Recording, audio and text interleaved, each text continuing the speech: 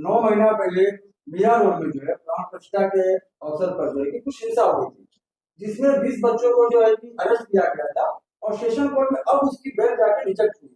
क्या कहेंगे आप? देखिए, सबसे पहली चीज तो हमको ये समझना है कि कल जो है सेशन कोर्ट के अंदर जो है एक बेल एप्लीकेशन फाइल की गई थी। मीरा रोड के अंदर जो है 20 बच्चों को लेकर एक एफआईआर हुई थी 9 महीना पहले। राम प्रतिष्ठा को लेकर ऐसा कहना था कि वहां पे इन बच्चों ने जो है हिंसा की। उसके बाद में काफी चीजें चली, काफी लोग जो है नेताओं के पास गए। उसी में से जो है कुछ डेलीगेशन जो है अजीत दादा पवार साहब के पास गए और ये आश्वासन दिया गया कि जो निष्पक्ष कार्रवाई और जो फेयर चीजें हैं वो बिल्कुल वो चीजें की जाएंगी। 9 महीने केस चलने के बाद में भी जो है 17 बच्चों को जो है कल बेल एप्लीकेशन रिजेक्ट की गई।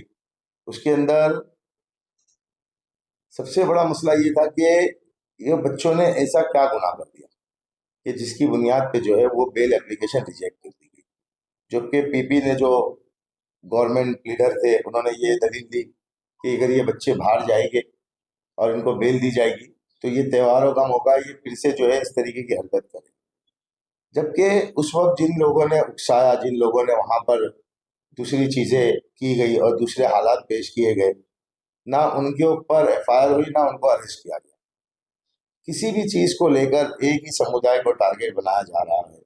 अब इसके अंदर कहीं ना कहीं हमको एक चीज सोचनी चाहिए कि हम किस बुनियाद पर और किस तरीके से जो है सियासी पार्टियों का साथ दें, क्योंकि कहीं ना कहीं हमारे वोट के इस्तेमाल के बाद में जो है एक तरीके से चीजें होने के बाद में वो चीजें हमारे बिल्कुल मुखालिफ होती है जिस तरीके की बात की जाती है। आज कानून जो है वो दो नजरिए से देख रहा है। आज उन बच्चों को लेकर कोई पुरसा हाल नहीं है। जो चीजें होती है वो सियासी तौर पे, सियासी तर्ज पे और सियासी प्लेटफॉर्म पे होती है। उसके बाद में कहीं कोई नहीं होता है, सिर्फ जो है वादे और दिलासे दिए जाते हैं, लेकिन सफर जो है वो फैमिलीज करती है, वो लोग करते हैं जिनके साथ में वो लोग जुड़े हुए हैं। आज ये 20 बच्चों का सवाल है। इन 20 बच्चों को लेकर जो है आज इनकी जिंदगियां दांव पे लग गई है। कोर्ट से हम रिक्वेस्ट करेंगे कि कोर्ट जो है इसके ऊपर, क्योंकि जो 17 तारीख को जो है फिर से हाई कोर्ट के अंदर एप्लीकेशन फाइल हुई है 17 बच्चों को लेकर, तो कोर्ट जो है उसके ऊपर एकदम बेहतर से बेहतर जो है वो सुने, दोनों पक्षों की बात करे और उसकी गहराई तक जाकर जो है उसके बाद में कोई फैसले या कोई नतीजे पे जाए। फिर भाई इन बच्चों के लिए कुछ करने के लिए आपने कुछ सोचा नहीं?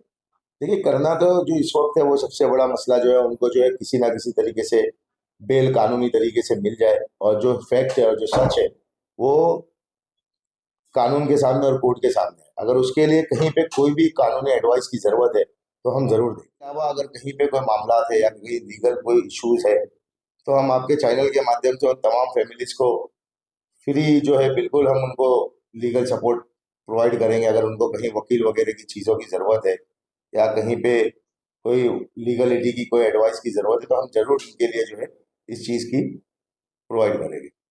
क्योंकि जिस तरह से आज का माहौल है, बच्चों को थोड़ा सा भूल रहा है, तो अपने आप की जरूरत बनते हैं, बड़े बड़े वादे करते हैं, क्योंकि उन्हें अब जो कि आने वाले इलेक्शन में लोगों को इस बात को सोचना पड़े कि भाई उनको वोट देने से पहले कि हमारे लिए क्या करते हैं, वोट तो ये ले लेते हैं, लेकिन जब हमारी बारी आती है तो सब के सब गायब हो जाते हैं। देखिए, ये चीज जो है इसको सियासत कहते हैं कि किसी तरीके से हमारे लोगों को, वोटर्स को हमको लुभाना है। और वोटर्स जो है वो बेचारे एक तरीके के वहम में, क्योंकि हम जो है एक तरीके की जिंदगी जी रहे हैं, क्योंकि माइनॉरिटी का कोई भी लीडर नहीं है। माइनॉरिटी जो है वो बिल्कुल अपाहिज और यतीम है। सिर्फ इलेक्शन के वक्त में माइनॉरिटी की फिक्र आती है, माइनॉरिटी को जिंदा किया जाता है। जिस तरीके से आपने देखा कि एमपी के इलेक्शन में जिस तरीके की चीजें हुई कि पूरा के पूरा जो है एक तरीके की बात चली कि हमको संविधान बचाना है। अब मैं उन नेताओं से सवाल करता हूं कि अब वो संविधान की बात जो करते थे कहाँ गया वो संविधान? नीतीश राणे ने इतनी बात करने के बाद में, अल्लाह के नबी सल्लल्लाहु अलैहि वसल्लम के खिलाफ बाबा ने इतनी बात करने के बाद में भी, जबकि वो हमारे मजहब से जुड़ी हुई चीज थी और सबसे ज्यादा जो है हमको ठेस पहुंचाया, उसके बाद में भी कुछ भी जो है वो कार्रवाई नहीं हुई, जबकि इतनी एफआईआर हो गई। लेकिन इससे पता ये चल रहा है कि कौम के बच्चों को जो है कहीं ना कहीं टारगेट किया जा रहा है।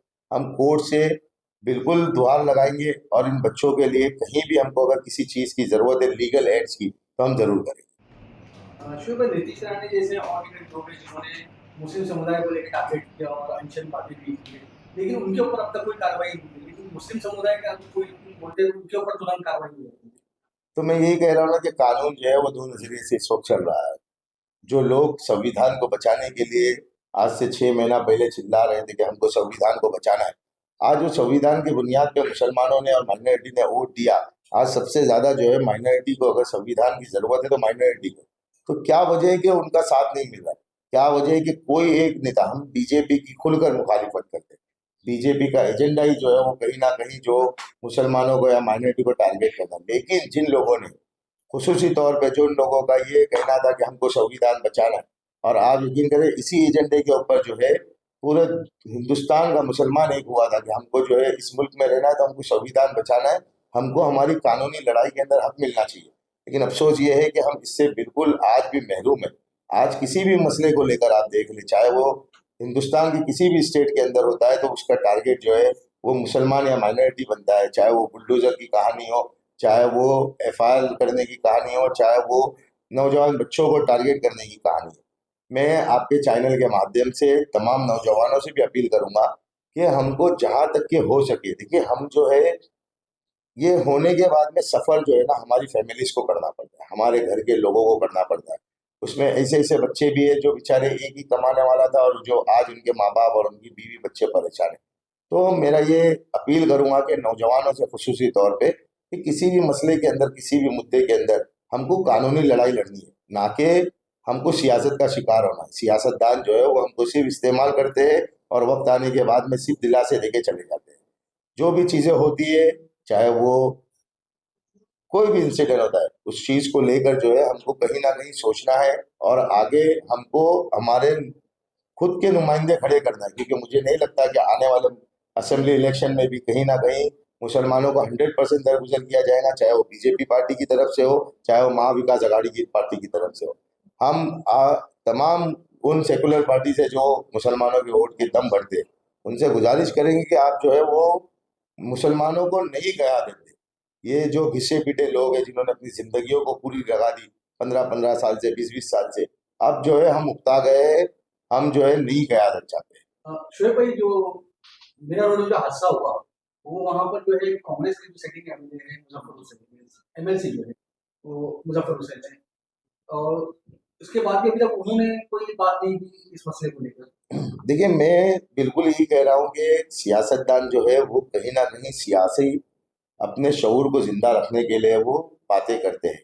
आपने इससे पहले कई मरतबा इस तरीके के इंसिडेंट देखे होंगे कि जहां पर जो है वक्ती तौर पे लोग जोश में आ जाते हैं और चीजों को लेके जाते हैं। मेरा ये कहना है कि लोकल बॉडी बनना चाहिए कम्युनिटी बेनिफिट के लिए, कि वो कोई ऐसे इश्यूज होते हैं जैसे कुछ एनजीओ बनना चाहिए जो बिल्कुल, हर मसाजिद के अंदर जो है ना ये काम होना चाहिए कि सिर्फ हमको हमारी कम्युनिटी में ऐसे कुछ इश्यूज होते हैं और कोई सियासतदान अगर इसकी जिम्मेदारी लेता है तो उसका फॉलो अप ले, या अगर वो फॉलो अप नहीं लेता है तो वो कमेटी और वो जिम्मेदारान जो है वो इस चीज की जिम्मेदारी ले, ताकि हमारे बच्चे, हमारी बच्चियां वो किसी चीज को सफर ना करें, चाहे वो किसी भी मजहब के मानने वाले हो। हम ये नहीं कह रहे कि मुसलमानों के लिए कमेटी बनाई जाए।